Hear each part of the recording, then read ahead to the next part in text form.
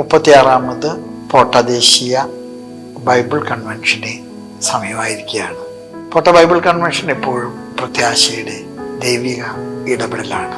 ഒരുപാട് മനുഷ്യർക്ക് ദൈവത്തിൻ്റെ സ്നേഹം കണ്ടറിയാനും അനുഭവിക്കാനും ദൈവം അത്ഭുതകരമായിട്ട് അവരുടെ ജീവിതത്തിൽ മാനസാന്തരം നൽകാനും രോഗശാന്തി നൽകാനും ഒക്കെ കൺവെൻഷൻ കാരണമായിട്ടുണ്ട്. ഈ വർഷത്തെ കൺവെൻഷൻ മാർച്ച് മാസം 5 തുടങ്ങി 9 വരെയുള്ള ദിവസങ്ങളിലാണ് നടക്കുന്നത്.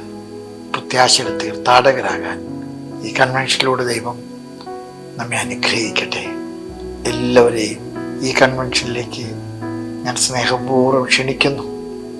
ദൈവാനുഗ്രഹത്തെ വലിയൊരു അവസരമാക്കി ഈ കൺവെൻഷൻ നമ്മൾ മാറ്റണം.